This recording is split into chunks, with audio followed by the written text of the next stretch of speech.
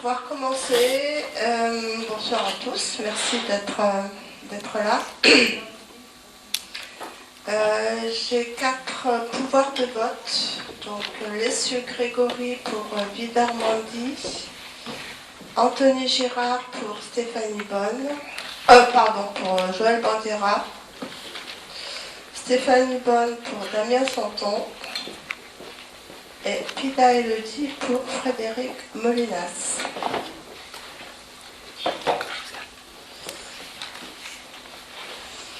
Donc cette réunion, un petit peu dans des conditions toujours un peu exceptionnelles, il a fallu qu'on épluche un peu tous les textes pour savoir si c'était huis clos, pas huis clos, confiné, pas confiné.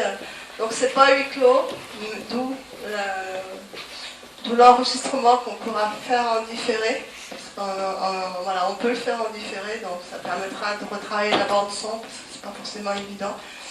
Et puis le public est interdit du fait du confinement, parce que c'est pas dans le cadre des autorisations de sortie. Donc c'est tombé il y a 2 jours. Donc c'était un petit peu difficile. Donc, j'espère qu'on en finira vite, même si ça semble un peu mal barré. Donc, je vous rappelle l'ordre du jour. Donc on commencera par l'approbation de la réunion du 10 juillet, puisque c'est pas réuni depuis. Le règlement intérieur du conseil municipal, les délégations confiées au maire par le conseil municipal, élection des membres de la commission d'appel d'offres, reprise de la délibération du 18 juin 2020, une décision modificative budgétaire numéro 2, une admission en non-valeur de taxes d'urbanisme, une convention de portage avec le PFL de l'OAP Mairie avenant financier 1, convention de portage avec le PFL de l'OAP Mairie, convention de mise à disposition des biens, l'opposition au transfert de la compétence PLU à la communauté d'agglomération Arles-Isère, l'institution de la taxe forfaitaire sur les cessions à titre onéreux des terrains nus devenus constructibles, prolongation de l'adhésion au contrat d'assurance groupe pour la couverture des risques statutaires souscrit par le Centre de gestion 73 avec le groupement Sofaxis jusqu'au 31 décembre 2021. Convention pour l'intervention du Centre de gestion 73 sur le dossier de retraite CNRACL 2020 à 2022. Création et suppression de postes, modification du tableau annuel des emplois. Délibération de principe autorisant le recrutement d'agents contractuels de remplacement. Création d'un service d'aide aux démarches numériques. Approbation du règlement. L'état de délégation confié par le conseil municipal au maire. Question orale. Donc, l'approbation du compte-rendu du 10 juillet 2020. Je pense que vous l'avez tous eu. Est-ce qu'il y a des abstentions, des contre? Le compte-rendu est adopté. Le règlement intérieur du conseil municipal. Donc on avait 6 mois à partir de la mise en place du conseil municipal pour proposer un règlement intérieur. Vous l'avez lu, est-ce qu'on le reprend point par point? Non. Si, on reprend par point. Donc, je vais donc le relire.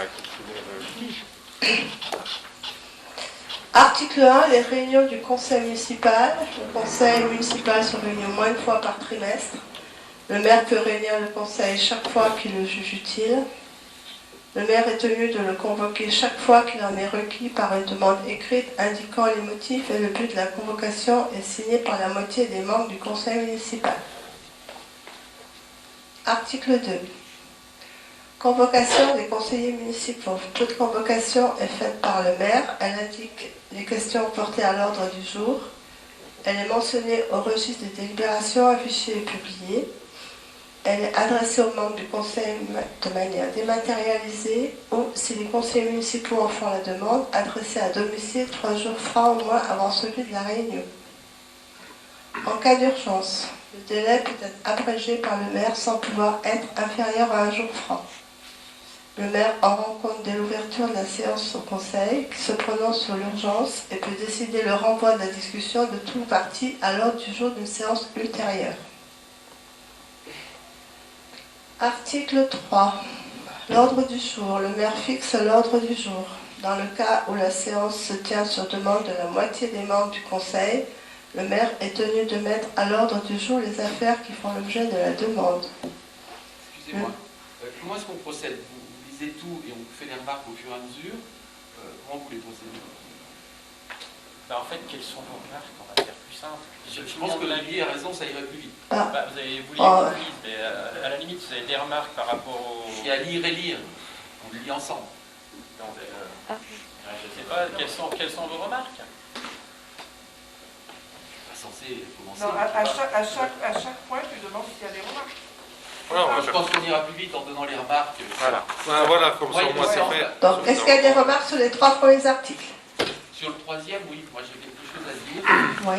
Simplement, de façon générale, je pense que c'est allé un peu vite et qu'il y aurait moyen de l'améliorer ce règlement. Et à la limite, et je ne dis pas ça par esprit polémique ou quoi que ce soit, on pourrait très bien en reporter le vote si c'est possible. Parce qu'on pourrait... on a 6 mois pour le voter. D'accord. Ce qui n'empêche pas qu'on peut le retravailler et l'améliorer. D'accord. Dans ce cas, j'enverrai au conseiller, pour qu'on ne perde pas de temps parce que tout le monde est pressé. Tu es pressé. Justement, je vous enverrai quelque chose qui vient de l'Association des maires de France. Ça date un peu, mais ça c'est le privilège des vieux élus. Ça date d'avril 2014. C'est assez bien fait et c'est beaucoup plus complet que ce que je vois là. C'est tout. Je donne un exemple très simple. Le maire fixe l'ordre du jour, certes, mais il faudrait préciser, l'ordre du jour est reproduit sur la convocation et porté à la connaissance du public. Ça ne mange pas de pain, c'est beaucoup plus précis. Parce que c'est vous donner sur une sorte de guide. Ça, c'est la réglementation. Oui, c'est la réglementation. Mais encore faut-il la mettre là-dedans. Je vous donne un autre On n'est pas exemple. obligé. On n'est pas obligé dans un règlement intérieur. Le règlement intérieur, c'est pour le fonctionnement du conseil municipal. Oui, il y a d'autres choses. Il y a des questions que je pose. Si ça vous gêne que je parle, je vous aime, je ne gêne pas. 4. Durant les 5 jours. Pourquoi 5 jours? Est-ce que c'est pas un peu juste pour nous? On n'est pas toujours dans ce timing-là. Ensuite, pour ce qui est des questions orales, il y a plusieurs variantes possibles. Je vous enverrai ça. Il y en a une qui est assez intéressante, c'est de demander à ce que les questions orales vous soient données 48 heures avant, de façon à ce que vous en ayez connaissance et que vous puissiez quelque part les travailler, plutôt que faire ça au dernier moment en disant bon, on verra ça la prochaine fois. Dans les fonctionnements de conseil, c'est toujours ce que j'ai vu. Ensuite, sur les commissions consultatives, aucune périodicité. Là, il faudrait mettre quelque chose, qu'elles se réunissent au moins 2 fois dans l'année, à minima, ou peut-être 3 fois, je ne sais pas. On ne peut pas laisser comme ça, dans le flou, les commissions permanentes et spéciales instruisent les affaires qui leur sont soumises, etc. Il y a quand même la périodicité des réunions, dans n'importe quel autre règlement, on voit ça. Ensuite, je vais vite, je suis désolé, article 9, le rôle du maire président de séance, là, il faut absolument rajouter, parce que ça me semblerait bizarre, la question du vote des comptes administratifs. Au moment des comptes administratifs, vous savez, vous ne prenez pas part au vote, vous sortez, etc. Est-ce qu'on ne pourrait pas C'est une préciser tout ça? obligation. Comment? C'est une obligation. Oui. Signaler dans le On ne règlement. peut pas le mettre dans un règlement intérieur. C'est une obligation Il n'y a pas de réglementaire. problème. Ensuite, sur le vote, rien n'est précisé. Vote à main levée, vote à scrutin secret, vote nominal, etc. Au moins le préciser. Enfin, je ne sais pas, c'est très flou, non, comme règlement. À moins que moi, ça ne me gêne pas qu'on vote un truc comme ça. Bon, il y aurait moyen de faire mieux. Voilà, c'est tout ce que j'ai à dire. Hormis le fait que vous devriez porter votre masque pour vous protéger. Je ne peux pas parler si j'ai le masque. Déjà, j'ai un problème. Hier, je vous en amènerai une la prochaine fois. Ouais, c'est ça. Donc, il y a d'autres remarques?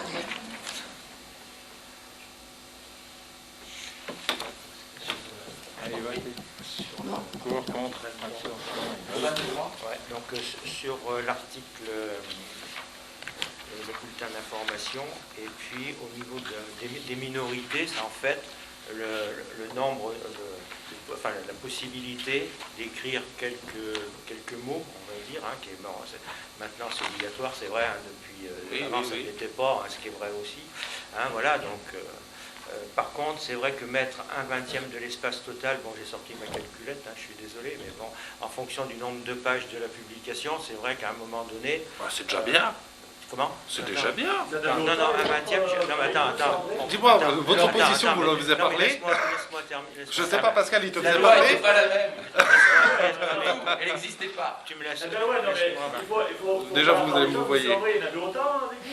C'était pas obligatoire, donc. Ouais, mais vous auriez très bien pu, de votre propre chef, leur Mais on l'a fait, mais autant sous le mandat précédent donc de Denis Muraz et sous le mandat précédent de vôtre, on l'avait fait, en fait, hein, et puis après, au fil de l'eau, bon, bah, c'était tombé un peu en désuétude, parce que justement, les règles n'étaient pas assez précises dans la matière.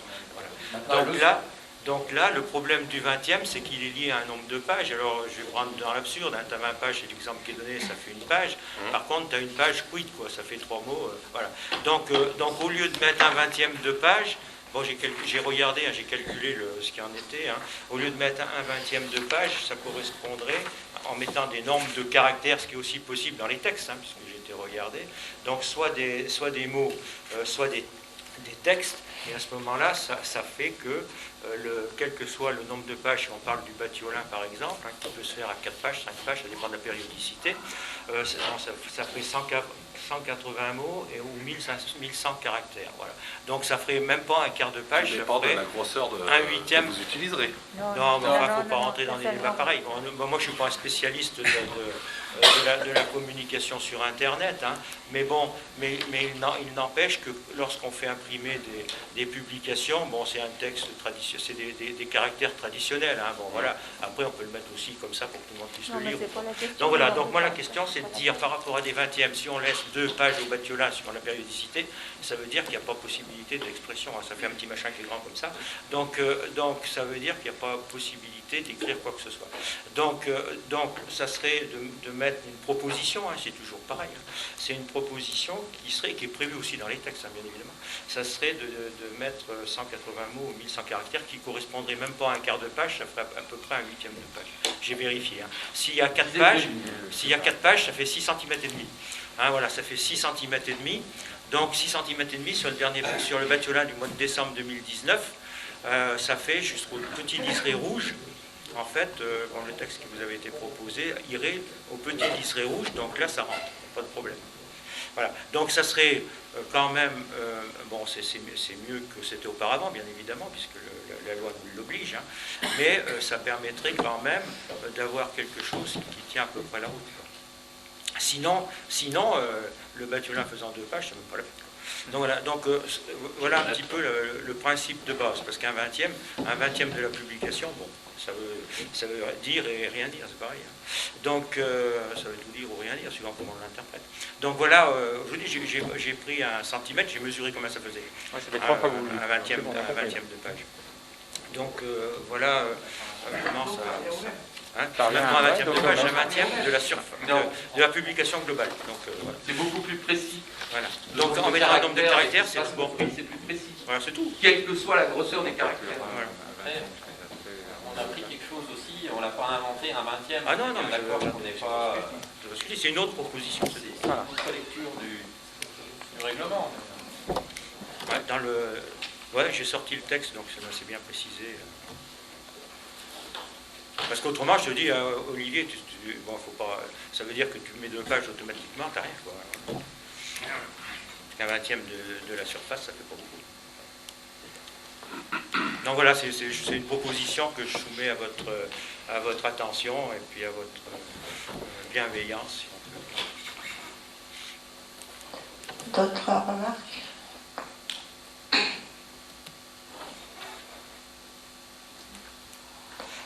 Je propose que l'adopte tel qu'il est présenté, ce qui n'empêchera pas qu'on pourra le retravailler. Après, on ne sait pas pour le moment si on va sortir des 4 pages, des 6 pages, Mais justement, Au c'est niveau de bien la commission l'ambiguïté. Non, mais communication. c'est bien l'ambiguïté parce que voilà. Puis après, il ne faut pas non plus tomber d'un extrême. Non, on va voilà, pas faut sortir tirer. tous les 3 mois les 2 pages, quoi, je veux dire. Enfin, Non, mais, a priori, ça m'étonne. non mais Monique, après, on est aussi sérieux de l'autre côté. On va pas remettre, si ça fait 10 pages dans un batiolin, on va pas remettre une page et demie, 3/4 de page, par exemple, du mot de la minorité. Il faut être sérieux aussi. Hein. Donc ça veut dire qu'à un moment donné, ça serait quelque chose qui serait cohérent, en fait, et puis qui est possible, tout simplement. Parce que c'est marqué en nombre de pages, hein, c'est pas mis un 20e, enfin le nombre de surface, on va dire ça comme ça, de surface de la publication, j'ai vu ça nulle part. Hein. C'est un nombre de pages. Voilà. C'est un 20e de A4. Non, c'est un 20e du nombre de pages. L'exemple, c'est si tu as 20 pages, ça te fait une page. C'est pas un 20. C'est ça. Voilà. Et on sait bien ce qui fait pas pareil. À la surface, de toute façon. Oui, mais c'est pas la même chose, parce que si tu fais, mettons, tu mets 2 pages. 2 pages, là, ça fait une demi-page, hein, on est d'accord. Hein, puisque 4 pages, ça te fait une page. Et 2 pages, ça fait plus qu'une demi-page. Et si tu mets... donc ça ferait après un quart de page. Hein, voilà. Et donc c'est ce qu'il faut voir. Parce que ça, autrement, vous, c'est une usine à gaz, d'après la théorie bien connue que j'ai entendue souvent. Donc c'est aussi une usine à gaz. Quoi. Alors que si tu mets un nombre de caractères, point barre. Bon, on va réfléchir à la question. Bon, pour le moment, je propose qu'on approuve en l'état, et ce qui n'empêche pas qu'on va demander à la commission de communication de se pencher sur la question. Et au prochain, on voit. Bah, disons que le problème de l'accepter maintenant, ça veut dire qu'il est entériné. Quoi. Voilà. Donc, Ça, il faut l'entériner, le règlement intérieur. Qu'on peut le revoir. Ouais, hein. on peut le revoir et on peut très bien marquer sur la délibération qui sera approfondie sur le prochain conseil municipal concernant l'article 23. c'est l'article 1. Oui, Oui, voilà. Ouais, on peut rajouter ça. C'est l'article, je sais plus. Je crois que c'est 23. C'est 23. Il faut être soumis Ouais, c'est ça, c'est un 20e de l'espace, c'est l'article 23. Ça peut être Par soumis en contre, il y a question quelque chose avant. qu'il faut enlever. L'usage des portables. Si on veut se connecter d'une façon ou d'une autre ici, Non, mais il faut un portable. pas toujours. Non, mais Oui, quand on dit l'usage du portable, c'est comme dans toute réunion, c'est pas de l'avoir toujours sur la main à pianoter sans arrêt pendant les gens. On précise, Guillaume, précise. Parce que Olivier, j'ai regardé le conseil d'agglo hier. Bah oui, bon, Ça y va, hein, ça y c'est va. pas forcément très respectueux. Mais c'est pas, d'abord, c'est pas respectueux de ses collègues. Voilà. Voilà, c'est ça. Donc on rappellera en début de séance s'il vous plaît, éteignez vos portables. Sauf celui qui est en train de filmer. Voilà. On passe à l'approbation en ajoutant sur la délibération que l'article 23 sera réétudié et reproposé à la prochaine réunion. D'accord. Des abstentions? Des abstentions? Des contre? Le règlement est approuvé.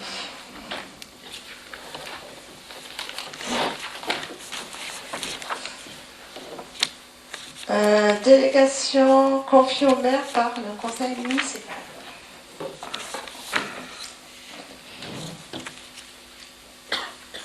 Alors, il est rappelé la délibération du 18 juin 2020, par laquelle le conseil municipal a confié certaines de ses compétences au maire, conformément aux articles L2122-22 et L2122-23 du CGCT, permettant de simplifier et accélérer la gestion des affaires de la commune. Donc la compétence énoncée à l'alinéa 5, qui concernait le louage de choses pour une durée n'excédant pas 12 ans, n'avait pas été retenue. Or, il s'avère que les demandes de mise à disposition de salles sont nombreuses et requièrent l'autorisation du conseil municipal. Donc, afin d'alléger la gestion de ce type de demande, il est proposé au conseil municipal de donner délégation au maire pour les questions à traiter, rentrant dans le cadre de l'alinéa 5 figurant à l'article L2122-22 du CGCT. Donc, c'est l'article numéro 5. Je ne vais pas tous vous les relire puisqu'on n'a pas modifié les autres. Donc c'est décidé de la révision du louage de choses pour une durée n'excédant pas 12 ans. Les autres qui n'avaient pas été retenus auparavant sont les mêmes. Donc, la délégation consentie en application du 3e présent article prenne fin dès l'ouvrage de la campagne électorale pour le renouvellement du conseil municipal. Conformément à l'article 2122-23 du CGCT, le maire doit rendre compte des décisions prises dans le cadre des délégations ci-dessus à chaque réunion obligatoire du conseil municipal, et ce dernier peut toujours mettre fin à la délégation. Donc le conseil municipal est appelé à donner délégation au maire pour l'ensemble des points, mais qui n'ont pas été changés sauf l'article 5, d'abroger la délibération précédente du 18 juin, et préciser qu'en cas d'absence ou d'empêchement du maire, le premier adjoint aura délégation pour l'ensemble des matières retenues ci-dessus. Des questions? Des contre? Des abstentions? Merci.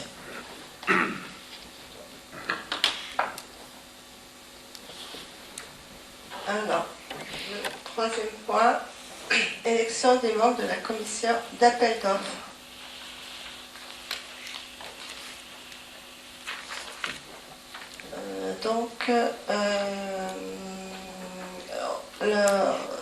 La sous-préfecture a retoqué la délibération qui a été prise le 18 juin.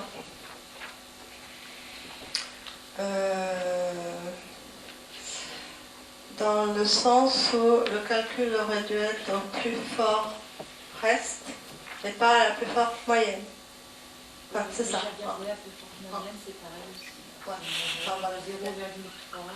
Ouais, donc il y a une erreur dans le calcul.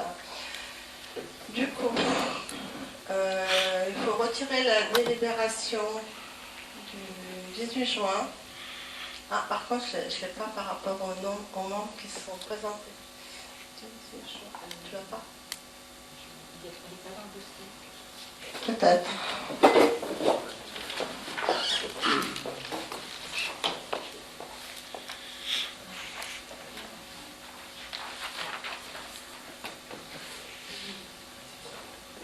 Trois. Ouais. Il n'y a que trois. Donc il s'avère au final que avec le résultat des élections, l'opposition n'a pas de membres dans la commission d'appel d'offres, de siège. De siège dans la commission d'appel d'offres. Donc du coup, je ne vous propose pas de voter à bulletin secret, parce que de toute façon, voilà. Donc seront membres de la commission d'appel d'offres Frédéric Benoît, Grégory Lessu, Pascal Péchaud. Les trois. Voilà.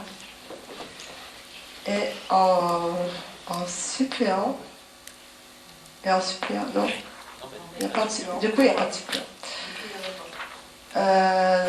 Donc je vous propose de voter cette commission. Est-ce qu'il y a des abstentions? 3 abstentions. Des contre? La délibération est approuvée.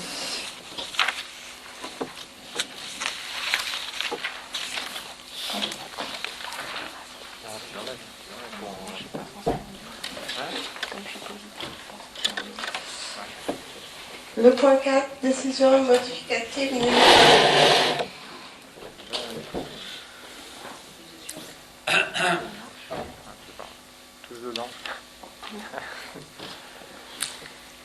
Décision modificative numéro 2.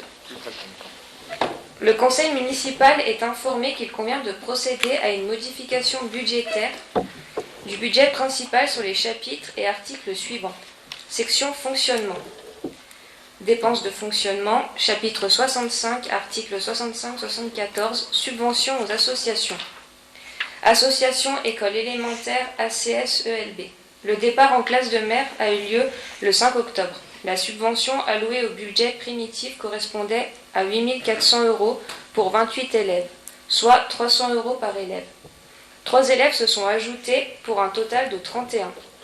Il conviendrait par conséquent d'allouer un complément à l'association pour 900 €. Solidarité sinistrée Tempête Alex. L'association des maires et présidents d'intercommunalité des Alpes-Maritimes fait un appel aux dons pour venir en aide aux familles sinistrées dans ce département des suites de la tempête début octobre. Il est proposé le versement d'un montant à définir dans une enveloppe de 1 000 € maximum. Les crédits nécessaires, soit 1 900 €, seront prélevés sur le chapitre 22, dépenses imprévues. Section d'investissement, dépenses d'investissement. Opération numéro 105, restaurant scolaire, réajustement de 300 €, achat d'un chariot 3 plateaux. Opération numéro 15, réhabilitation mairie, réajustement de 5 500 €, mise en place d'un système d'alarme et remplacement de l'horloge fronton du bâtiment. Opération numéro 16, aménagement du stade de foot, réajustement de 7 000 €, mise en place d'un système d'alarme arroseur et d'un tuyau d'arrosage. Opération numéro 24, PLU, réajustement de 1 320 €, règlement de la dernière facture du cabinet de conseil. Opération numéro 32, salle polyvalente, réajustement de 1 000 € pour le sèchement. Opération numéro 35, mise en conformité des jeux et équipements divers, 3 500 €, réhabilitation du parc de jeux maternel. Opération numéro 45, CTM, réajustement de 6 000 €, mise en place d'un système d'alarme. Opération numéro 106, service administratif, commande de 3 ordinateurs portables en complément des 3 existants pour faciliter le télétravail. Et 5 570,88 €, réajustement de 3 500 €. Total des besoins, 28 120 €. Ces crédits peuvent être prélevés sur l'opération numéro 103, voirie réseau enrobé, présentant un solde excédentaire. Oui, c'était l'ancien qui était corrigé. Ah, parce que c'est pas corrigé, parce qu'on a rajouté les 3 500 après. Il n'a pas été corrigé. Ouais. Il figure dans le tableau. Le conseil municipal est appelé à autoriser le maire à procéder aux modifications budgétaires telles qu'exposées précédemment. Est-ce qu'il y a des questions? Pas de questions? Donc, je prends... Bah, vas-y, c'est toi qui propose.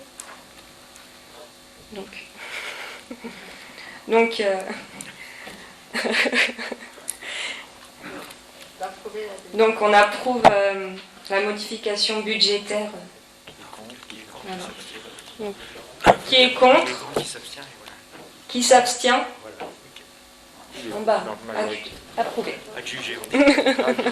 Adjugé. Ensuite. Admission en non-valeur de taxes d'urbanisme. Conformément au décret numéro 98-1239 du 29 décembre 1998 relative à l'admission en non-valeur des taxes d'urbanisme, la DGFiP Chambéry demande au conseil municipal d'autoriser l'admission en non-valeur de la taxe locale d'équipement relative au permis de construire numéro PC 032 07 D 1021 délivré à M. Hervé Allemand en 2007, dont le montant restant dû s'élève à 747 €. En effet, le tribunal de commerce a prononcé sa liquidation judiciaire et le jugement de clôture pour insuffisance d'actifs a été publié le 19 mars 2019. Considérant l'état des produits irrecouvrables dressé par le comptable public en date du 5 octobre 2020, considérant sa demande d'admission en non-valeur de cette créance qui n'a pu faire l'objet de recouvrement après mise en œuvre de toutes les voies d'exécution, considérant que les dispositions prises lors de l'admission en non-valeur par le conseil municipal ont uniquement pour objet de faire disparaître la comptabilité des créances irrecouvrables, il est proposé au conseil municipal d'admettre en non-valeur le montant présenté par le comptable public en date du 5 octobre 2020, soit 747 €, autoriser le maire ou son représentant à signer les pièces se rapportant à ce dossier. Qui est contre? Des abstentions? Adjugé. Dans l'article 9 du règlement qu'on vient de voter, il est écrit « Le maire vérifie le quorum et la validité des pouvoirs, ouvre la réunion, dirige les débats, accorde la parole, rappelle les orateurs à la question, met aux voix les propositions et délibérations. » Enfin, je le fais remarquer au cas où on aurait lu ce règlement. C'est pour lui Non, apprendre. enfin, je sais pas. Ça fait partie de l'apprentissage. Ah, bah là, je participe, comme tu le vois, Monique, à cet apprentissage, n'est-ce pas? Monique, est-ce qu'on a nommé un secrétaire de séance? Oui, c'est moi. C'est toi? D'accord. On n'avait pas entendu. Bon, en tout cas, c'est Ok, je prendrai le relais pour les prochaines. Convention de portage avec l'EPFL de l'OAP Mairie Avenant Financier numéro 1. Il est rappelé que par délibération en date du 30 octobre 2017, le conseil municipal avait autorisé le maire à signer une convention d'intervention et de portage foncier avec l'EPFL, établissement public foncier local, de la Savoie pour l'acquisition de la maison Bila, place de la mairie dans le cadre du futur aménagement de l'OAP de la mairie prévu dans le PLU. Ce dispositif vise à permettre aux communes de ne pas obérer leurs finances en confiant momentanément le portage financier des biens à l'EPFL dans l'attente que ceux-ci soient négociés et revendus à un opérateur privé pour une opération de logement. À ce jour, aucune négociation n'étant intervenue, l'EPFL continue à porter cette acquisition dont le coût total est remboursé par la commune par annuité constante sur une durée de 10 ans. L'EPFL a adressé un avenant numéro 1 qui vise à informer la commune de l'actualisation du montant restant dû à la date du 29 août 2020, ainsi que du tableau d'amortissement correspondant, dont les annuités s'élèvent à 19 583,46 € jusqu'en 2027. Le conseil municipal est appelé à autoriser le maire à signer l'avenant financier numéro 1 à la convention de portage signée entre la commune et l'EPFL de la Savoie le 6 novembre 2017 relative à l'acquisition de la maison Bila dont l'axe principal d'intervention de l'EPFL retenu pour cette opération est le logement. Des oppositions? C'est moi qui le fais. Ah. Attendez un instant. Donc en fait cet avenant ils vont nous le proposer chaque année jusqu'à la fin du portage, hein, si on a bien compris le système. Donc je vous propose d'approuver cette délibération. Qui est contre? Qui s'abstient? Merci.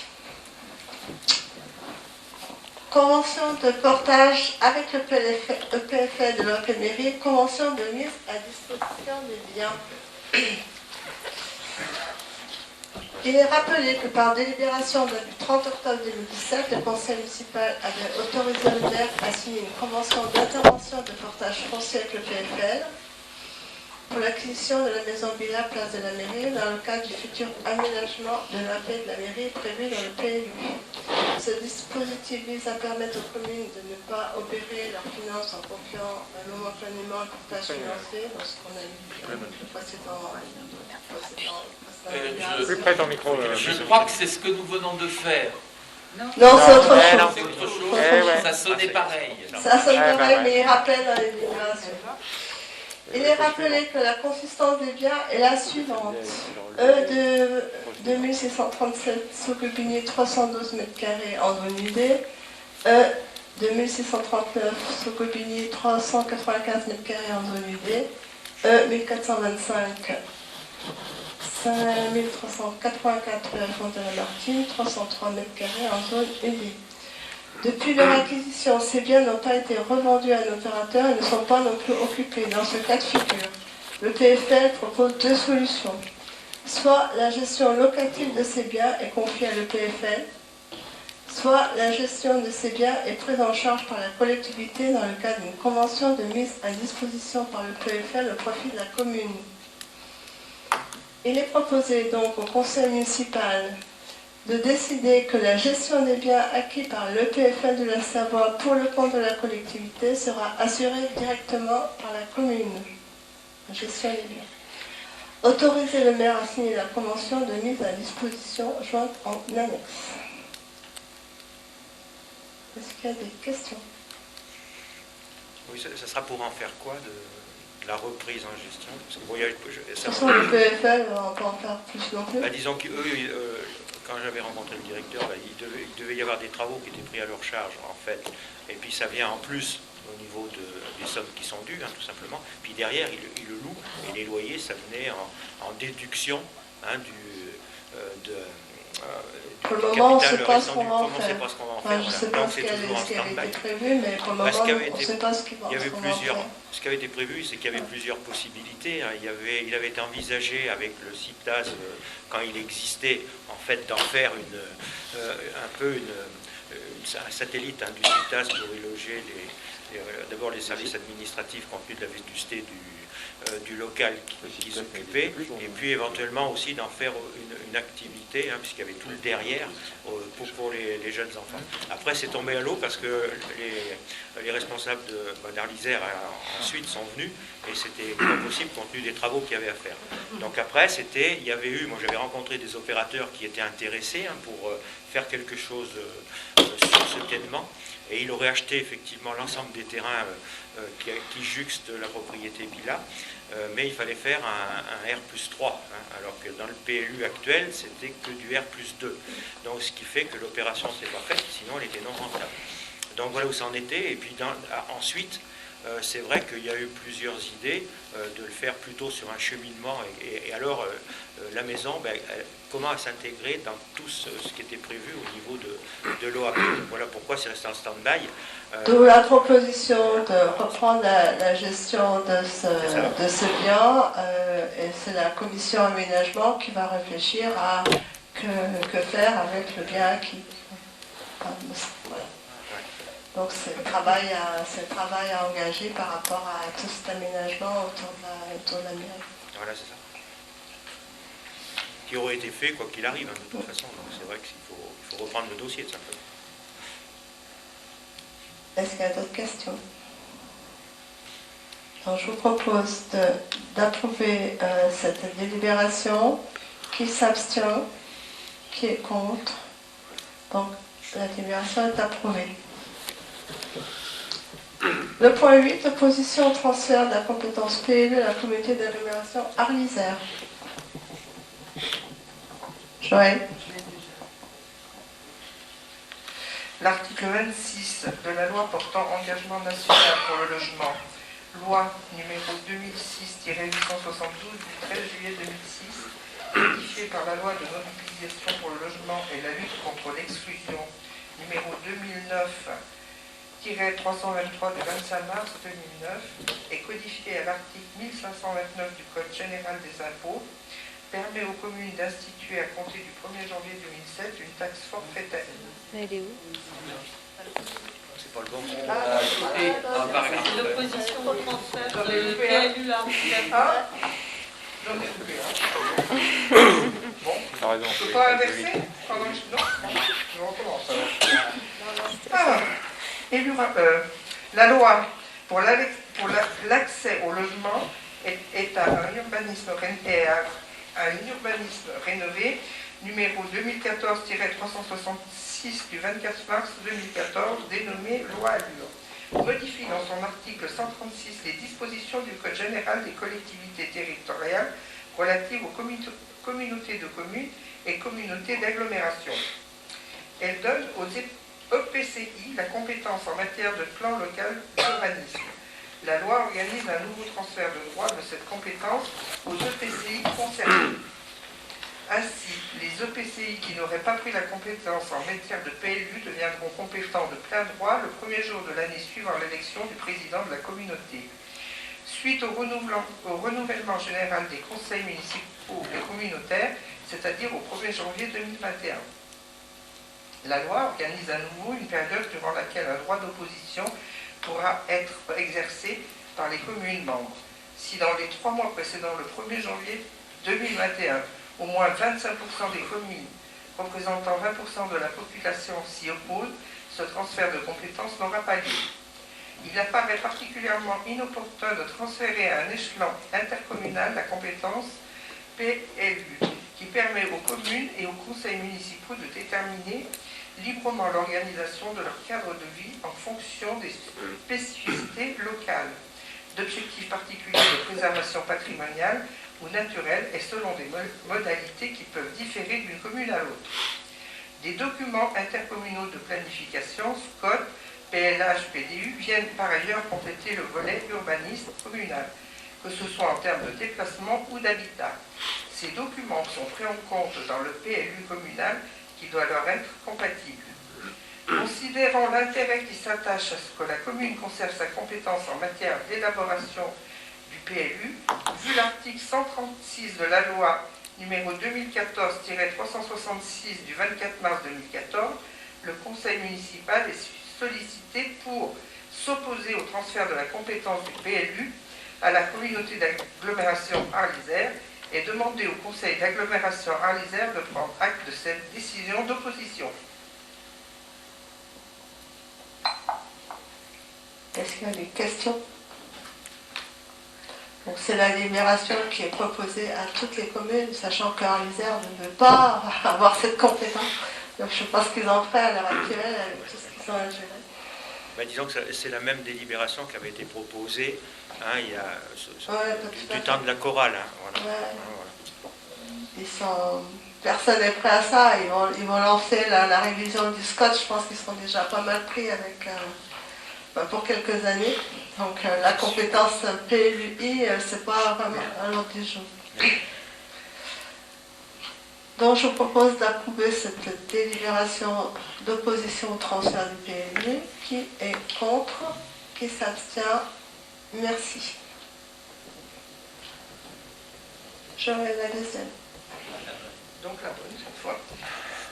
L'article 26 de la loi portant engagement national pour le logement, loi numéro 2006-872 du 13 juillet 2006, modifiée par la loi de mobilisation pour le logement et la lutte contre l'exclusion numéro 2009-323 du 25 mars 2009 et codifiée à l'article 1529 du Code général des impôts, permet aux communes d'instituer à compter du 1er janvier 2007 une taxe forfaitaire sur la cession à titre onéreux de terrains nus qui ont été rendus constructibles du fait de leur classement, par un plan local d'urbanisme ou un document en tenant lieu.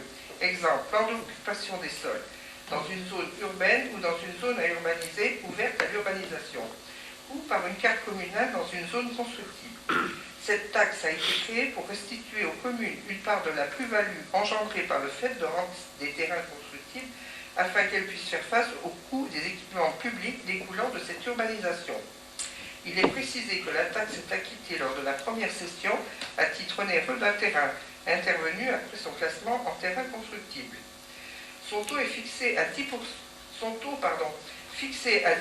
s'applique sur un montant égal au prix de cession du terrain défini à l'article 150 VA, diminué du prix d'acquisition stipulé dans les actes, actualisé en fonction du dernier indice des prix à la consommation hors tabac, publié par l'Institut national de la statistique et des études économiques, l'INSEE. En l'absence d'éléments de référence, la taxe est assise sur les 2/3 du prix de cession défini au même article. La taxe ne s'applique pas lorsque le prix de cession défini à l'article 150 VA du CGI est inférieur à 3 fois le prix d'acquisition, aux cessions de terrain lorsque ceux-ci ont été classés constructibles depuis plus de 18 ans, ou dont le prix est inférieur ou égal à 15 000 euros, ou constituant les dépendances immédiates et nécessaires de l'habitation principale du cédant ou de l'habitation en France des non-résidents, ou pour lesquels une déclaration d'utilité publique a été prononcée en vue d'une expropriation, à condition que la totalité de l'indemnité soit consacrée à l'acquisition, la construction, la reconstruction ou l'agrandissement d'un ou plusieurs immeubles, dans un délai de 12 mois à compter de sa perception, ou échangée dans le cadre d'opérations de remembrement ou assimilées, ou cédée avant le 31 décembre 2009 à un organisme d'habitation à loyer modéré, à une société d'économie mixte gérant les logements sociaux, ou à un organisme mentionné à l'article L365-1 du Code de la construction et de l'habitation, Union d'économie sociale, ou cédé avant le 31 décembre 2009 à une collectivité territoriale en vue de leur cession à l'un des organismes mentionnés à l'alinéa précédent, donc HLM, SEM, etc. Le conseil municipal est appelé à instaurer sur le territoire de la commune la taxe forfaitaire sur la cession à titre onéreux de terrain nu devenu constructible. La présente délibération s'applique aux cessions réalisées à compter du premier jour du troisième mois qui suit la date à laquelle elle est intervenue.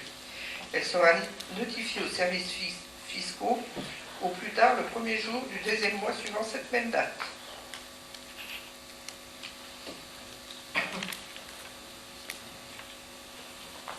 Est-ce qu'il y a des questions?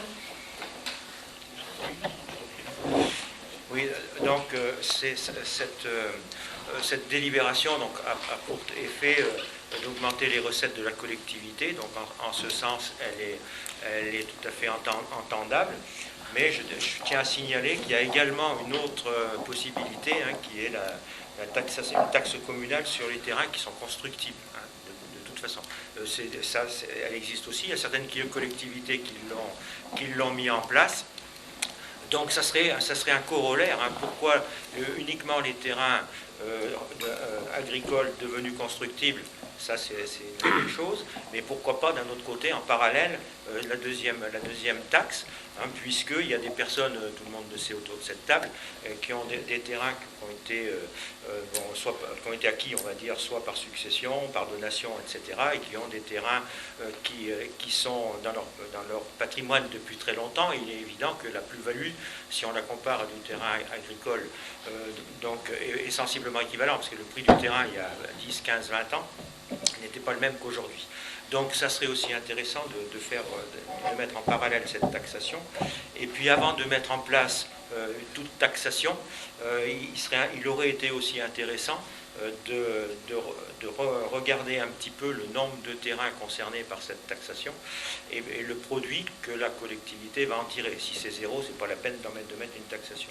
Donc à un moment donné, pourquoi cette taxation a été mise maintenant sur les terrains agricoles devenus constructibles, et pourquoi il n'y a pas une réflexion globale sur l'ensemble de la participation des vendeurs de terrain à l'urbanisation de la commune, et en particulier au coût des aménagements. Hein, en sachant, puisque l'idée de dire les terrains agricoles devenus constructibles, c'est pour aider au coût des installations qui doivent être faites dessus en matière d'assainissement de réseaux divers, en sachant que si dans le PLU il est mis que les aménagements de cette nature sont à la charge des preneurs ou des opérateurs, la collectivité, elle, n'y met pas un sou.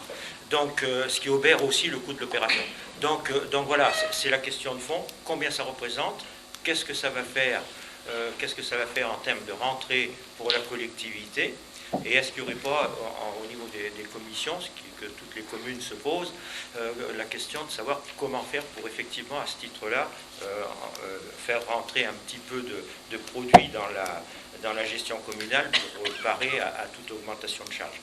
Donc voilà un petit peu l'idée, et puis pourquoi cette taxe est arrivée à ce moment-là, et quelle était l'idée sous-jacente. Le but, c'est de faire participer. Bon, je pense que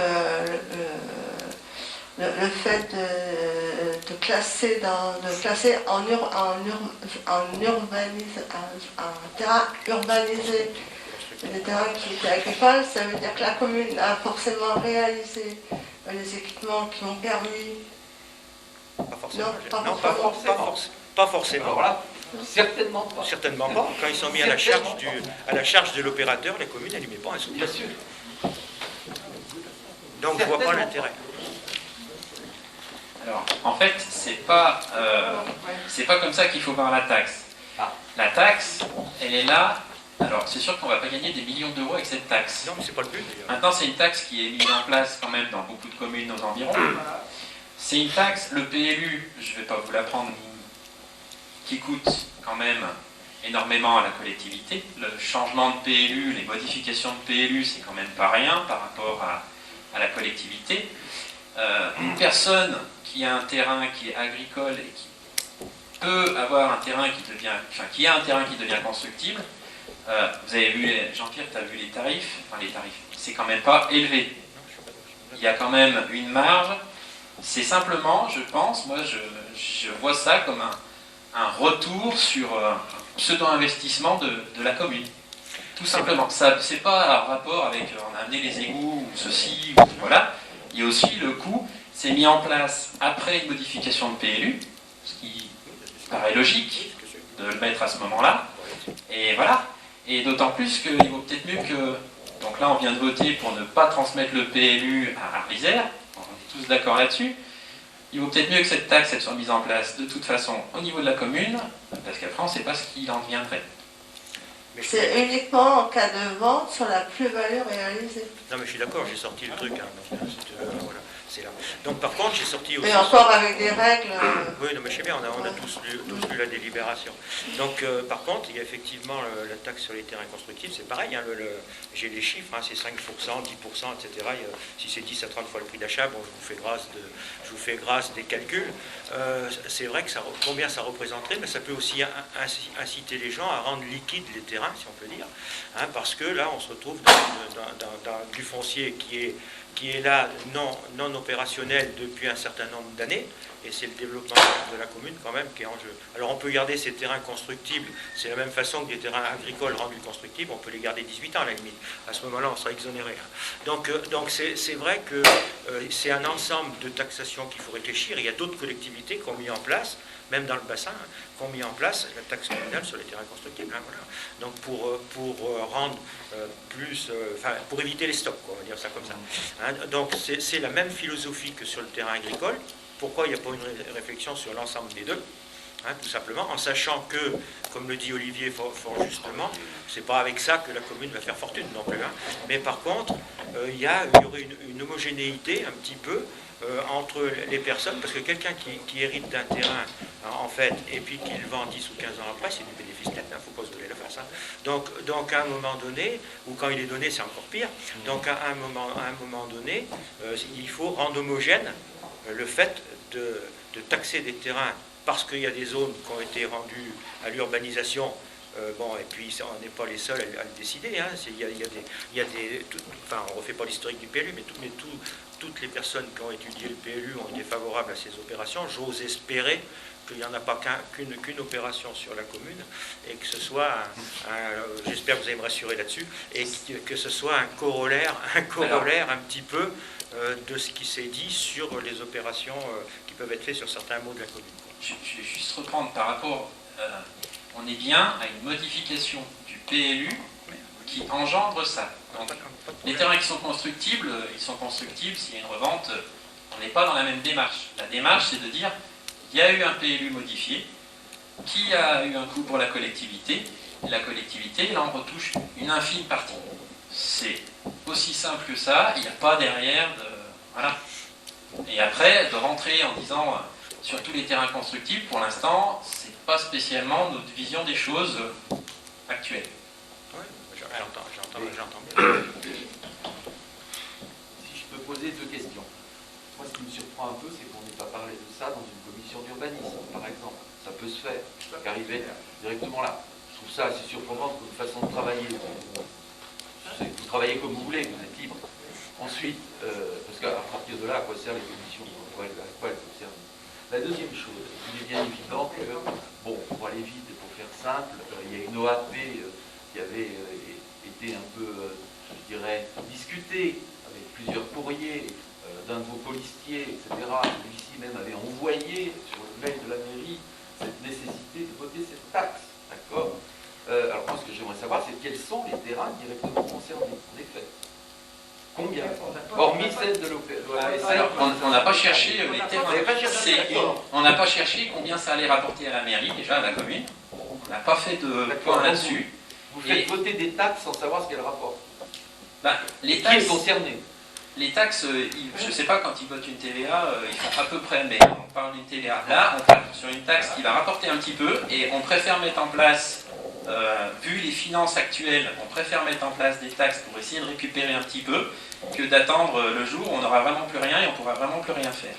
C'est la démarche qui a été proposée, qu'on propose au vote. Est-ce que, bon, Olivier, si on est cas de principe est rationnel. Est-ce qu'on ne pourrait pas se dire qu'on se donne un délai, mettons, on va la voter, d'accord, et puis si dans 2-3 ans elle a rapporté 0, on l'enlève dans cette logique-là. Si ça rapporte rien, ça rapporte rien. On assume complètement on l'assume. Je pense qu'elle ne rapportera rien. On l'assume, hein. Mais il vaut mieux qu'elle soit instaurée et qu'un jour elle finisse par rapporter. Là, elle ne coûte rien de l'instaurer en fait. Par contre, elle finira par rapporter un jour. Donc il vaut mieux la mettre en place. Enfin, c'est mon point de vue. En fait. Oui, mais alors moi, Olivier, je rebondis sur ce que tu viens de dire en matière de probabilité, hein, parce que c'est une simple probabilité, de rentrée d'argent au profit de la collectivité. La taxe communale sur les terrains constructibles, ça va dans le même sens, c'est-à-dire que cette taxe, elle va exister. Alors il y a tellement d'exonérations qu'à la limite, ça sera pareil, hein, ça sera la même chose que sur les terrains agricoles devenus constructibles, d'ailleurs, je les ai là, les exonérations. Donc ça veut dire qu'à un moment donné, le raisonnement lui-même, et c'est ça que personnellement, moi, je n'arrive pas à cerner, en fait, c'est pourquoi l'une, pas l'autre. Alors après, on peut se donner toutes les explications, elles peuvent être recevables, intellectuellement concevables, etc. Mais pourquoi il n'y a pas eu ces deux dans une optique comme on vient de te donner les explications, Jean-Pierre. Je viens de te donner le point de vue qu'on a eu quand on en a discuté. Olivier, à ce moment-là, il ne faut pas dire que c'est pour faire rentrer des sous dans les caisses, pour parler vulgairement, faire rentrer des sous dans les caisses de la commune. En finalité, c'est bien quand même ça, Jean-Pierre. Tu instaures la deuxième, c'est pareil. Mais là, on en instaure une. Oui, mais permets-nous d'installer une taxe. Oui, non, on est d'accord là-dessus. Mais on peut réfléchir aussi à l'instauration de la deuxième, voilà, parce qu'elle est cohérente. On y réfléchisse. Voilà, elle est cohérente aussi. Donc, je vous propose de passer au vote. Y a-t-il des contre? Des abstentions? Donc, la délibération est approuvée.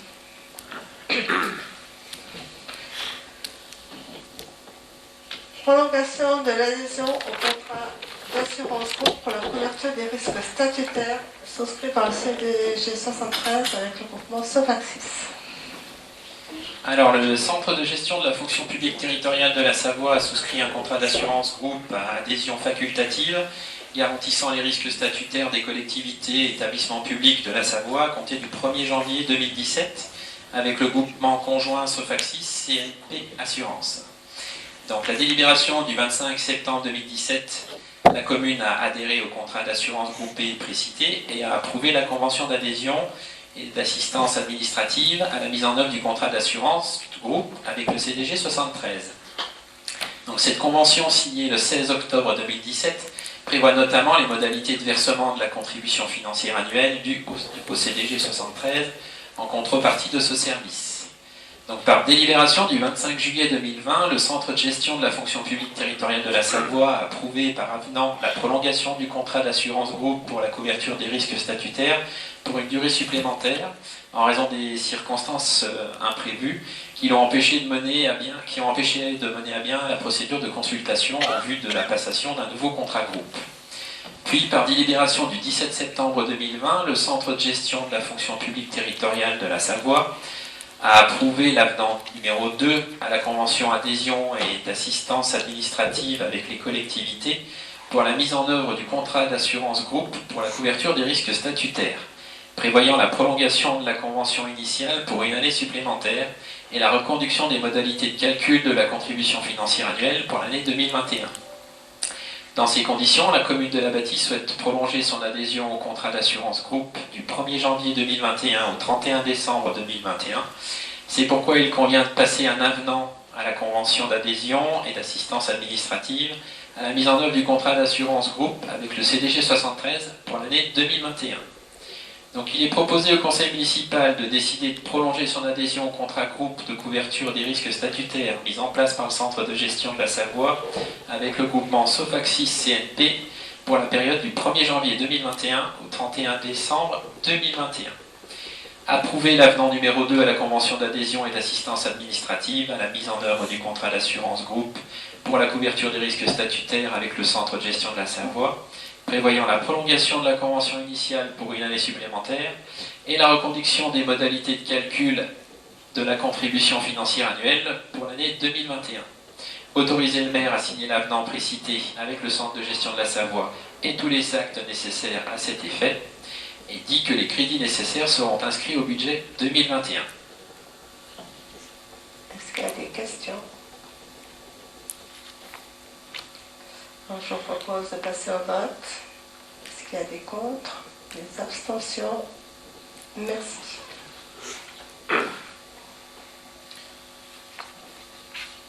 Donc, convention pour l'intervention du CDG 73 sur les dossiers de retraite, CNR ACL 2020-2022. Donc, il est rappelé que le centre de gestion propose de longue date aux collectivités et aux établissements publics qui le souhaitent de lui confier par convention une mission facultative de suivi et d'instruction des dossiers CNR ACL dans le cadre de prestations soumises à la participation financière. La nouvelle convention de partenariat signée entre le CDG 73 et la Caisse des dépôts couvre la période 2020-2022. Cette convention instaure une mission supplémentaire pour les centres de gestion qui conduit à organiser des rendez-vous individuels au profit des agents à 5 ans des droits à la retraite afin de réaliser des accompagnements personnalisés de retraite, APR. La mise en œuvre de ces entretiens nécessitera la fiabilisation en amont du compte individuel retraite, CIR, de chaque agent concerné afin d'apporter lors de ces APR une information la plus précise et la plus complète possible. L'exercice de cette mission facultative génère des coûts significatifs pour le centre de gestion qui ne sont pas entièrement couverts par la contribution financière versée par la Caisse des dépôts et qui nécessitent par conséquent une contribution financière des collectivités. Il est rappelé que la signature de la convention ne contraint nullement la collectivité à confier l'instruction de tout dossier de retraite des agents au centre de gestion, mais il permet de pouvoir bénéficier de son appui en cas de besoin. Ainsi, dans l'hypothèse où les services n'adressent pas de dossier individuel au centre de gestion, la signature de la convention n'entraînera aucune facturation. En conséquence, il est proposé à l'Assemblée délibérante d'autoriser le maire à signer la convention avec le centre de gestion pour la période 2020-2022. Le conseil municipal est appelé à approuver la convention susvisée et annexée à la présente délibération, autoriser le maire à signer la convention relative à l'intervention du centre de gestion sur les dossiers de retraite CNR ACL à compter du 1er janvier 2020 pour une durée de 3 ans. Des questions? Donc, je propose de passer au vote. Des contre? Des abstentions? Merci. Donc, création et suppression de postes, modification du tableau annuel des emplois. Il est rappelé que conformément à l'article 34 de la loi du 26 janvier 1984, les emplois de chaque collectivité sont créés par l'organe délibérant de la collectivité. Il appartient donc au conseil municipal de fixer l'effectif des emplois nécessaires au fonctionnement de ces services. À la suite de départ d'agents de la collectivité, demande de mise à disponibilité pour convenance personnelle, départ en retraite, demande de changement de quotité du temps de travail, il est nécessaire de créer les emplois pour assurer le remplacement à venir de ces agents et la continuité de fonctionnement des services. Aussi, il est proposé au conseiller municipal de créer les emplois suivants. Alors, service administratif, service accueil, élection, communication, secrétariat. Un poste à temps complet dans le cadre d'emploi des adjoints administratifs, adjoint administratif principal deuxième classe, adjoint administratif principal première classe. Direction générale des services, un poste à temps complet dans le cadre d'emploi des attachés, attachés ou attachés principal. Service scolaire et périscolaire, un poste à temps non complet, 21h27 annualisé hebdomadaire, d'ATSEM principal de deuxième classe. Par conséquent, il est également proposé de supprimer, au niveau des services scolaires et périscolaires, un poste à temps non complet, 28h30 annualisé hebdomadaire, d'ATSEM principal de deuxième classe, après l'avis favorable rendu par le comité technique du CDG 73 lors de sa réunion du 24 septembre 2020. Le conseil municipal est sollicité pour créer et supprimer les postes tels que définis précédemment. Est-ce qu'il y a des questions?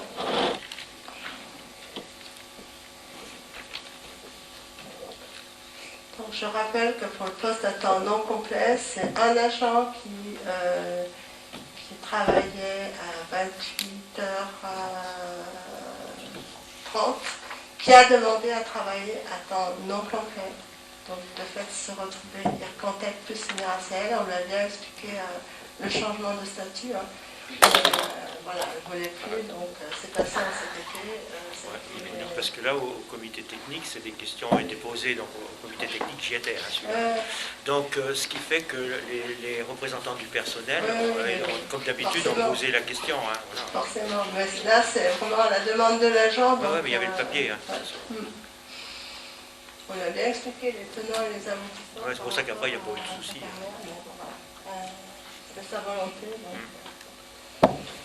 Mais après, pour le remplacer, il y a quoi? Parce que ça va diminuer un peu les heures au niveau des ATSEM. Ouais, et Parce que, alors, ce qui se passe, c'est que aussi, vu les effectifs de maternelle, pour l'instant, on va fonctionner comme ça.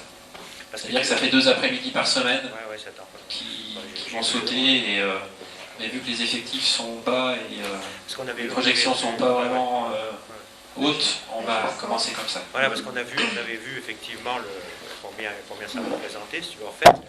Mais bon, en ayant vu aussi le compte-rendu du conseil d'école, c'est vrai que les institutrices, par définition, elles demandent. Donc, on a essayé, dans la mesure du possible, dans les années antérieures, de satisfaire leurs demandes, hein, bien évidemment.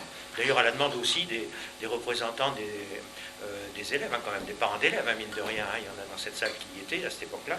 Donc, c'était aussi demandé à ce moment-là. Et c'est vrai que je suis satisfait de voir que, en fonction du côté de la table où on siège, en fait, il y a eu une position qui était de ne pas remplacer ces quelques heures, alors qu'autrefois, tous les parents d'élèves demandaient à ce que les heures soient remplacées. Parce qu'il fallait un ATSEM par classe. Il y avait des classes de 30 élèves. Non, mais c'est pas le fond, c'était pas ça. Si, mais les classes, c'était pas le même effectif. Non, mais tu sais très bien, même pas 24. Tu sais très bien qu'il était demandé, quel que soit le nombre, un ATSEM par classe. Donc là, bon, ça va dans la logique des choses, on ne discute pas. Mais c'est quand même important de noter qu'avant, il y avait une satisfaction qui était donnée à la demande des parents d'élèves pour avoir, quel que soit le nombre d'enfants, un ATSEM par classe. Il y a eu de la discussion. Je m'en doute bien. Donc ceci dit, on a dit qu'on ferait un bilan, on regarderait comment ça se passe ici fin d'année pour voir, et puis bon, on refera le bilan avec les instituts et on entendra le problème éventuel que ça pose. Ouais, voilà. La porte n'est pas forcément fermée. Mais après, trouver un ATSEM pour quelques heures, c'est compliqué. Ça va. Donc voilà, est-ce qu'il y a d'autres questions? On peut passer au vote. Qui est contre? Qui s'abstient? Merci. Alors, délibération de principe autorisant le recrutement d'agents contractuels de remplacement. Le conseil municipal est informé que les besoins du service peuvent justifier le remplacement rapide de fonctionnaires territoriaux ou d'agents contractuels indisponibles, par exemple maladie. L'article 3-1 de la loi du 26 janvier 1984 portant dispositions statutaires relatives à la fonction publique territoriale dispose que par dérogation au principe énoncé à l'article 3 de la loi 83-634 du 13 juillet 1983, portant droits et obligations des fonctionnaires et pour répondre à des besoins temporaires, les emplois permanents des collectivités et établissements mentionnés à l'article 2 de la présente loi peuvent être occupés par des agents contractuels pour assurer le remplacement temporaire de fonctionnaires ou d'agents contractuels autorisés à exercer leurs fonctions à temps partiel ou indisponibles en raison d'un détachement de courte durée, d'une disponibilité de courte durée prononcée d'office, de droit ou sur demande pour des raisons familiales, d'un détachement pour l'accomplissement d'un stage ou d'une période de scolaire préalable à la titularisation dans un corps ou dans un cadre d'emploi de fonctionnaire ou poursuivre un cycle de préparation à un concours donnant accès à un corps ou à un cadre d'emploi d'un congé régulièrement octroyé en application du 1 de l'article 21 bis de la loi numéro 83-634 du 13 juillet 1983 précité. Les articles 57, 60, sexy et 75 maladie, maternité, présence parentale, congé parental de la loi du 26 janvier 1984 ou de tout autre congé régulièrement octroyé en application des dispositions réglementaires applicables aux agents contractuels de la fonction publique territoriale. Les contrats établis sur le fondement du premier alinéa sont conclus pour une période déterminée et renouvelée par décision expresse, dans la limite de la durée d'absence du fonctionnaire ou de l'agent contractuel à remplacer. Ils peuvent prendre effet avant le départ de cet agent. Ainsi, le conseil municipal peut autoriser le recrutement d'agents contractuels de remplacement en cas d'indisponibilité. Tous les services de la collectivité peuvent être amenés à devoir gérer dans l'urgence ce type de situation. Aussi, dans le souci d'assurer la continuité des services publics, il est proposé au conseil municipal d'autoriser le maire à recruter des agents contractuels dans les conditions fixées par l'article 3-1 de la loi du 26 janvier 1984 précitée, pour remplacer des fonctionnaires ou des agents contractuels momentanément indisponibles. De charger le maire de déterminer le niveau de recrutement et de rémunération des candidats retenus selon la nature des fonctions concernées, leur expérience et leur profil. Prévoir à cette fin une enveloppe de crédit au budget. Est-ce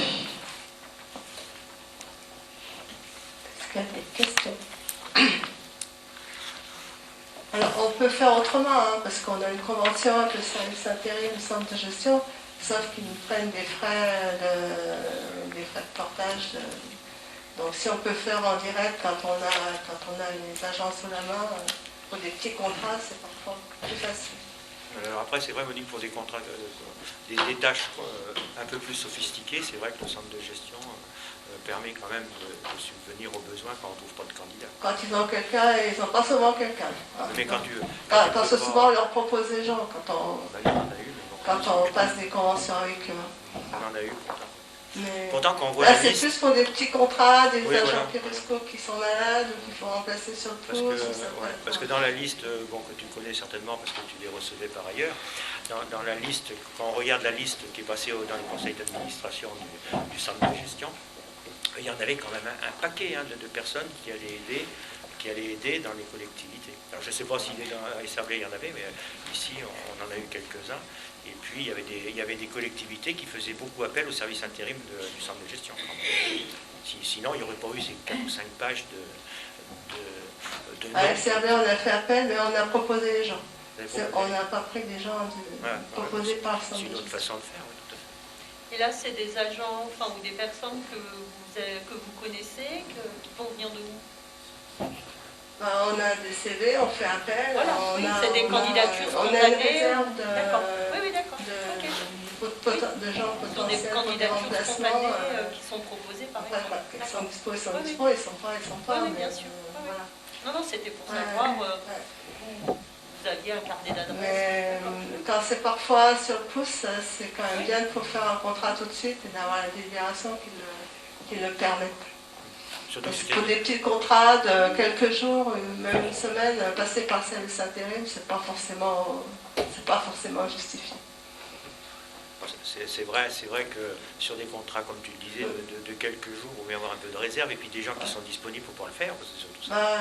Voilà, déjà. Ça veut dire que c'est des gens qui n'ont pas trouvé de boulot, en fait, globalement, qui sont en attente, où ça donne un petit complément de temps en temps, il y a ça aussi. Ouais. Et pour la cuisine, pour tout ça, il y avait une réserve là. On fait appel au local. Delphine, elle avait un petit peu de réserve pour le. Voilà. Toujours les mêmes d'ailleurs. Donc voilà. Donc je vous demande de passer au vote. Qui s'abstient? Qui est contre? Merci. La délibération 14. Création d'un service d'aide aux démarches numériques. 14. On a rajouté une. 14. Création d'un service d'aide aux démarches numériques, approbation du règlement.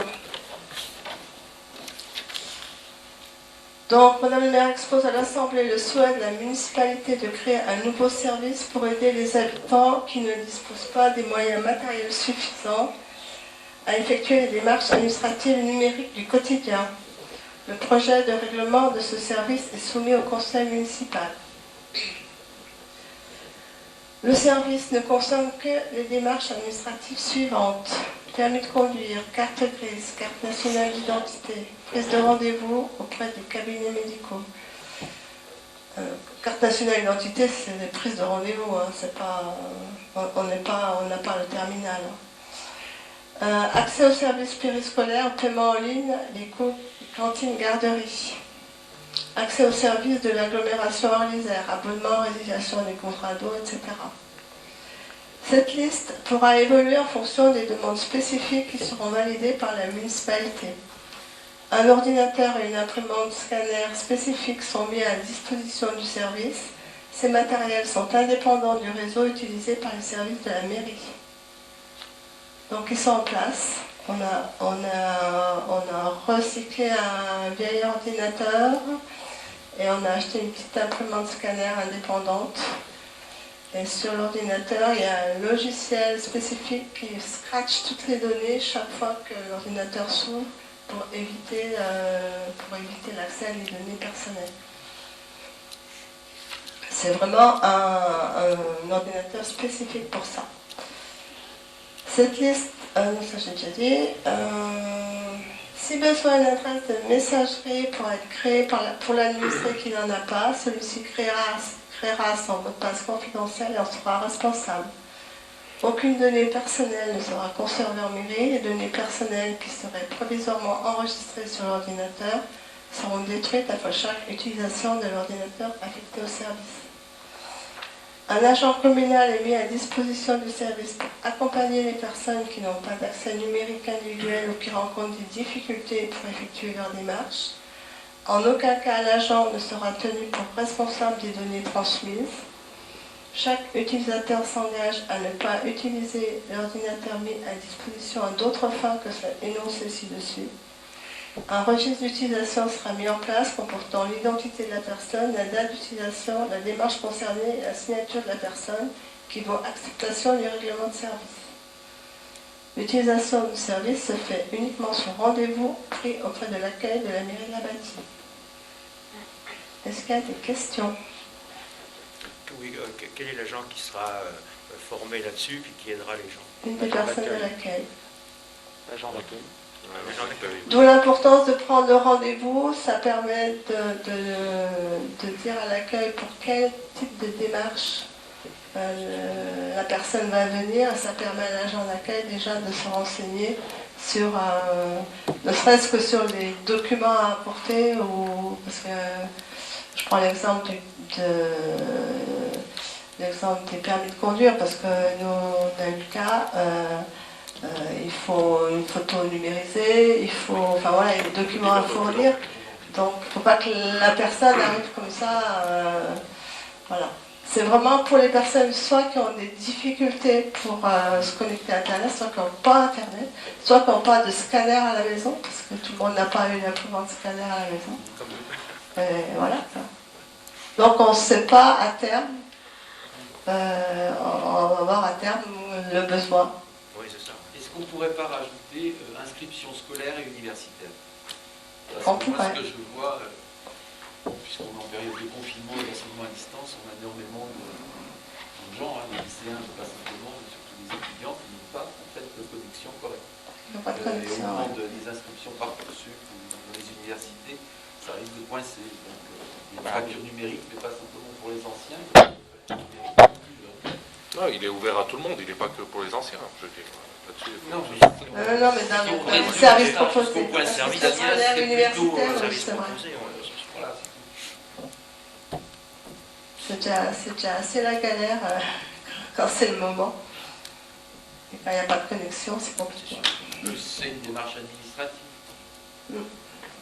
Je rajoute. Merci, Madame le maire. Est-ce qu'il y a d'autres questions? Donc je propose de passer au vote. Qui est contre?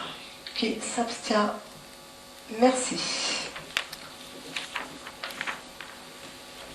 Donc voilà pour les déclarations. Alors, dans l'état des délégations confiées par le conseil municipal au maire, donc j'ai la liste de toutes les déclarations d'intention d'aliéner pour lesquelles la commune n'a pas préempté.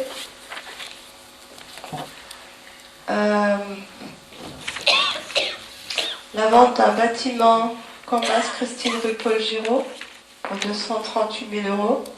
La vente d'un bâtiment Catelin rue du Vercors pour 80 000 €.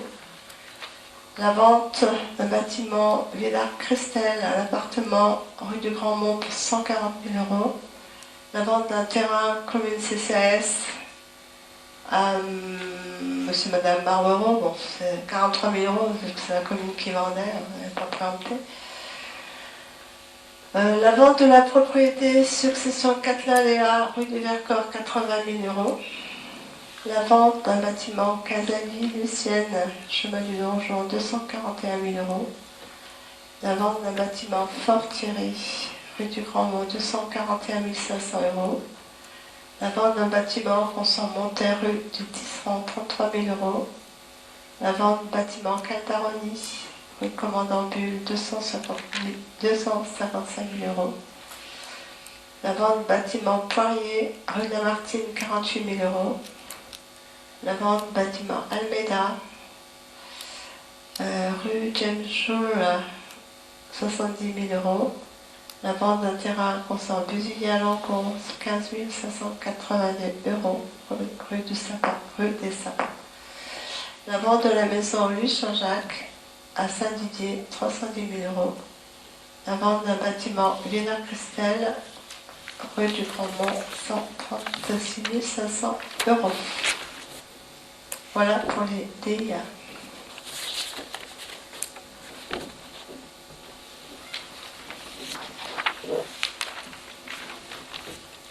Je n'ai pas d'autres ordres du jour. Est-ce qu'il y a des questions?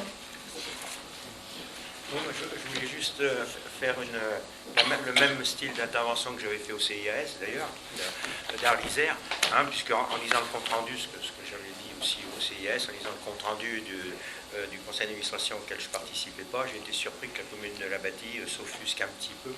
Hein, d'abord, c'est marqué la commune de la Bâtie. Alors, je pense qu'il y avait quand même une erreur de langage, parce que ce n'est pas forcément la commune globalement, c'est plutôt la municipalité. Et puis, c'était sur la nomination, ma propre nomination par Franck Lombard, en fait, au titre du conseil d'administration du CIS. Donc j'étais fortement surpris en ayant discuté avec certains élus, eux aussi, ils ne voyaient pas ce que ça venait faire là, en sachant que le CIS, c'était quand même une instance, en fait, qui n'est pas le conseil municipal, ni Arlisère, ni quoi que ce soit. Donc c'est quand même un peu spécial, où il y a des membres qui sont des membres qualifiés qui y participent. Hein, à ce moment-là, je peux remettre en cause aussi d'autres membres qualifiés qui ont été validés par Franck Lombard. Et puis, la commune de la Bâtie était représentée tout à fait naturellement par Olivier, hein, qui a aussi une délégation en la matière et puis qui s'occupe d'une commission. Donc, l'objectif de la participation au CIS, c'était pas de dire je suis là, gna gna gna, pour me dire je suis là, tant mieux. Bon, c'est pas du tout ça. C'est qu'à un moment donné, il y a aussi une participation qui peut être faite par des élus sur les orientations générales qui peuvent être données en matière de personnes âgées et de jeunesse. Et moi, je m'occupe plus particulièrement, je participe plus particulièrement aux personnes âgées. Ça, c'était en lien aussi avec l'EHPAD et puis avec le CCAS de la Bâtie. J'ai laissé, alors que j'aurais pu y participer pour occuper un petit peu les temps libres, hein, si on va par là, donc pour participer aussi à la jeunesse et à la petite enfance, ça, j'ai laissé ça à des spécialistes, hein, comme Maggie Ruffier, etc., qui participaient aussi au titre du CIPTAS sous l'ancien mandat. J'ai trouvé ça un petit peu choquant, cette façon de faire. En ce qui concerne la commission d'appel d'offres qui se réunit une fois de temps en temps, hein, une fois de temps en temps, c'est comme la nôtre qui se réunira peut-être jamais d'ailleurs, bon, quand il y a des délégations puis des montants de marché. Donc, ce qui fait que je suis que suppléant. Hein, qui dit suppléant, il faut vraiment une fois de temps en temps, quand le titulaire ne peut pas y aller. Donc voilà. Donc c'est pour ça que ça m'a un petit peu surpris, cette annonce qui avait été faite dans le cadre du conseil d'administration du CIAS. Alors j'ose espérer que tous les conseillers ici connaissaient cette prise de position, et je trouve ça un petit peu scandaleux. Moi, j'ai jamais fait, on est des élus tous ensemble, il y a des représentativités, chaque élu peut participer soit par cooptation, si on peut dire ça comme ça, entre guillemets, par cooptation du président, qui n'a rien à voir avec une élection dans ce cas-là, et puis aussi peut participer, et je tiens à le dire, à toutes les commissions qui ont été mise en place par l'Isère. Et à part Joël Bandiera, que je félicite pour le nombre de commissions auxquelles elle va participer, et Olivier qui participe sur c'est les sujets qui l'intéressent. Je n'ai pas vu d'autres personnes pratiquement, sauf peut-être Damien Santon au titre des... D'ailleurs, j'ai été surpris parce que je ne le savais pas, ça s'est rattaché un petit peu après. Encore faut-il venir aux commissions. Et puis... Il faudrait que mon emploi du temps aussi le permette, monsieur. Il y en a d'autres. Donc voilà, donc je remercie. Excusez-moi, je ne suis pas retraité, je n'ai pas toujours le temps, j'ai aussi un emploi. Non, mais je comprends. Et c'est pour ça que je félicite, On se raccroche au wagon des commissions après cours, parce que comme ça a été fait, c'était très vertical, c'est le mot qu'on Non mais juste pour terminer là-dessus. Non mais juste pour terminer. Juste pour terminer, pourquoi avec Joël on est beaucoup présent, c'est qu'on se fait aussi remplacer par des élus, et c'est le principe d'Arlisère. Maintenant, le principe, c'est aussi que nous on a pris, mais on a pris beaucoup de commissions, et c'est pour laisser la place aux élus de la bâtie. Parce qu'on peut, sur les commissions, on peut se faire remplacer par un représentant. D'accord, donc ça veut dire qu'il y aura plus de représentants de la collectivité. Voilà, c'est sous notre nom, en tant qu'élu Arlisère, mais après, Lydie y est allée, Pascal y est allé. Les cases, elles étaient déjà faites. Oui, donc, mais je participe au circuit court et forêt. C'est bien, oui, je remercie. Ce que je disais, je remercie ceux qui vont y participer, c'est tout. Mais d'un autre côté, tous les élus peuvent y participer, donc moi j'ai le droit aussi d'aller y participer sans qu'il y ait des remarques sur quoi que ce soit. Hein, voilà. Donc c'est extrêmement important. En ce qui concerne... C'est pour ça que les cases, elles étaient faites d'avance. Bah moi je me suis inscrit, j'en sais rien. Il y avait une date à laquelle il fallait s'inscrire. Non, il y avait une date à laquelle il fallait s'inscrire. Voilà. Donc après, au niveau... les propositions. Enfin bon, moi je les ai trouvées, les cas, je me suis inscrit. Donc on s'est inscrit. raccroché au wagon, on a pris beaucoup de commissions. Bah c'est bien. Pour pouvoir faire participer. C'est bien, c'est très bien, c'est très bien. Ça va dans le bon sens. Hein, voilà.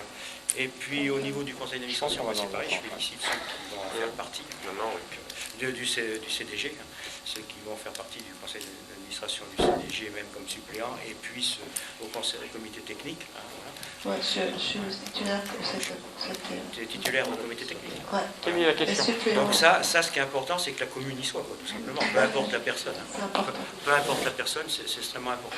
Donc là, je tiens à donner mon approbation, contrairement à d'autres qui critiquent mes nominations. Je tiens à marquer mon approbation sur ces nominations, puisque c'est la commune qui est représentée. De même que je suis secrétaire de l'association des maires ruraux de Savoie, parce que je trouve que les maires ruraux n'ont pas la même vision des choses que l'association des maires officielle. Donc c'est bien d'avoir aussi oui, mais c'est bien ça. Non mais c'est bien, points de vue. Là-dessus, je ne critique pas et je vous remercie de toute votre participation à ce sujet. C'est bien, je voulais juste... enfin, je ne sais pas s'il y a d'autres questions. Je voulais juste dire que le RAM, alors, c'est lié au confinement, hein, parce que du coup, le relais assistante maternelle, du coup, on a redonné un coup de peinture dans l'ancien local du foot. Et boucher quelques fentes, parce qu'avant il a fallu boucher quelques fentes vu l'état du bâtiment, secours. Et du coup, on va passer une convention avec eux pour que ça ait lieu dans cette salle. Pendant 1 an. Donc après on fera le point, on ne sait pas comment ça va évoluer la réflexion sur l'aménagement du quartier. Les bâtiments sont quand même très vétustes. Donc, boucher les fentes, c'est bien, mais on ne peut pas se permettre de faire des travaux faramineux sur ces vieux bâtiments. Donc voilà, l'avantage, c'est qu'ils pourront stocker leur matériel et ils n'auront pas à chaque fois à tout bouger. Voilà. Donc là, ils ont bien travaillé là, pour ça, pour les peintures. Et boucher les fentes, ils ont bien travaillé. C'est un bâtiment qui a rendu service pendant de longues années. Oui, mais bon. Bien sûr, c'est sûr, hein, sinon... Mais ils sont dans l'état où ils sont, donc voilà. Je pense que la réflexion globale, ça va être la réhabilitation de ces bâtiments. On va lancer la réflexion. Est-ce qu'il y a des questions? Est-ce qu'il y a d'autres questions? Questions pour l'hémicycle. Alors moi je voudrais bien réunir une commission finance, je ne sais pas quel est le jour et l'heure qui vous va le mieux. Donc, faut que je fasse un doodle Voilà. pour qu'on commence à réfléchir un petit peu. Samedi 23 Sachant que Justine est à Val d'Isère toute la semaine. Donc, Mais, ça ou peut le être un vendredi, soir. ou un Ouais, samedi vendredi. matin. Ou un samedi matin. Ouais, voilà. Si tout le monde est disponible, moi ça me fait. Pour qu'on commence à regarder les On réponses regardera. à certaines questions. On regardera le compte administratif, ça m'évitera de le demander. Ah, le grand livre. Hein? Le grand livre, t'as demandé le grand livre, c'est différent. Non, mais c'est le grand livre, oui. Ouais, non, mais bon, ouais. Pour voir les prévisions d'atterrissage. Le grand livre, on donne une fois qu'il est à fond et encore, parce qu'il y a des données confidentielles dessus. Oui, mais enfin bon, on est quand même. Non, puis l'objectif, c'était de vérifier quand même, par rapport à ce qui avait été voté au titre du budget. Par rapport aux engagements. Par rapport aux engagements, c'est tout. C'est-à-dire, bon, c'est pour pouvoir les faire Donc la la voirie de la maison médicale suit son cours, il a fallu faire une boîte de déviation et prendre en charge encore ça, voilà. C'est le dossier qui est bon. L'Isère a dit que c'était pas d'argent, et donc il nous a dit qu'on n'en avait pas non plus, mais on n'a pas eu le choix. Faut que tu clôt le... Ouais, ça n'empêche pas. Bon. Clôt le... On va clore la séance et puis ça n'empêche pas que de discuter continuer après, la discussion si vous voulez continuer. Sinon le téléphone il va pas. Non, mais surtout que, voilà, il y a une